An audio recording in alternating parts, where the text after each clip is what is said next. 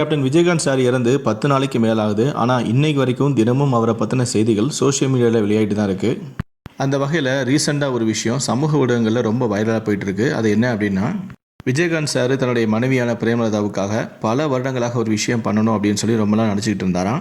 ஆனால் கடைசி வரைக்கும் அவரால் அதை பண்ண முடியாமல் போச்சு அப்படின்னு தெரிய வந்திருக்கு. குறிப்பாக மனைவியோட நிறைய நேரம் ஸ்பெண்ட் பண்ணணும் அப்படின்னு சொல்லி ரொம்ப நாள் ஆசைப்பட்டிருக்காரு. ஆனால் ஆரம்ப கட்டத்தில் சினிமாவில் அதிக படங்கள் நடித்தது கேப்டன் தான். ஒரு வருடத்துக்கு கிட்டத்தட்ட 20க்கும் மேற்பட்ட படங்கள்லாம் ரிலீஸ் ஆகிருக்கு. காலையில் ஒரு படம் நடிப்பார், சாயந்தரம் போய் ஒரு படம் நடிப்பார், நைட்டு போய் ஒரு படம் நடிப்பார். இப்படி முழு நேரமாகவே தன்னை வந்து அதுக்காகவே வந்து அர்ப்பணித்தார். அதனால் தன்னுடைய மனைவியோட வந்து அவரால் நேரம் செலவிட முடியாமல் போயிருக்கு. அதே போல் சினிமாவை விட்டு அரசியலுக்கு வந்த பிறகும் மக்களுக்காக போராடுவது, வேறு இடத்துக்கு போகிறது, இந்த மாதிரி பிரச்சாரத்துக்காக போகிறது, இப்படி பல நேரம் வந்து அதுக்காகவே வந்து அவர் செலவிட்டிருக்காரு.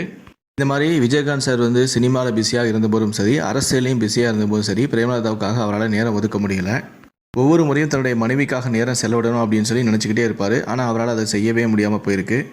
விஜயகாந்த் சாருக்கு வந்து திருமண நாள் அப்போ வாழ்த்து சொல்லுது, பிறந்தநாள் அப்போ வாழ்த்து சொல்லுது, இந்த மாதிரி எந்த விதமான பழக்கமும் கிடையாது. தன்னுடைய கணவன் இதெல்லாம் செய்ய மாட்டாரா அப்படின்னு சொல்லி பிரேமலதாவும் ஏங்கியிருக்காங்க. ஆனால் ஆரம்பத்தில் இதுக்காக வருத்தப்பட்ட பிரேமலதா தன்னுடைய கணவனுடைய கொள்கையை புரிஞ்சுக்கிட்டு அவர் போக்கில் அவர் விட்டுட்டாங்க. அவருக்கு கூட சண்டை போடுறதோ, அவர் செய்யக்கூடிய விஷயங்களை தடுக்கிறதோ, எந்த மாதிரியான விஷயங்களில் ஈடுபடுறதும் கிடையாது.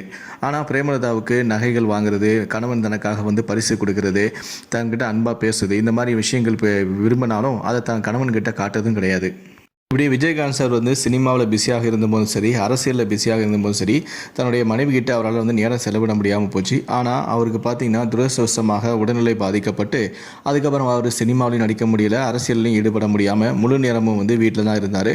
தன்னுடைய கணவன் வந்து இப்படி ஒரு நிலைமையில தான் தன்னோட வந்து இருக்கணுமா அப்படின்னு சொல்லி பிரேமலதா ஒவ்வொரு நாளும் அதை நினச்சி வருத்தப்பட்டு அழுதாங்களாம்.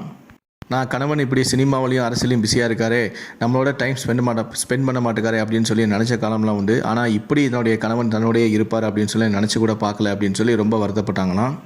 தற்போது வெளியாக இருக்கக்கூடிய இந்த தகவலை பற்றி உங்களுடைய கருத்துக்கள் என்ன அப்படிங்கிறத கீழே இருக்கக்கூடிய கமெண்ட் செக்ஷனில் மறக்காமல் சொல்லுங்கள். முடிந்தளவுக்கு இந்த வீடியோவை மற்றவங்களுக்கும் ஷேர் பண்ணுங்கள். நன்றி, வணக்கம்.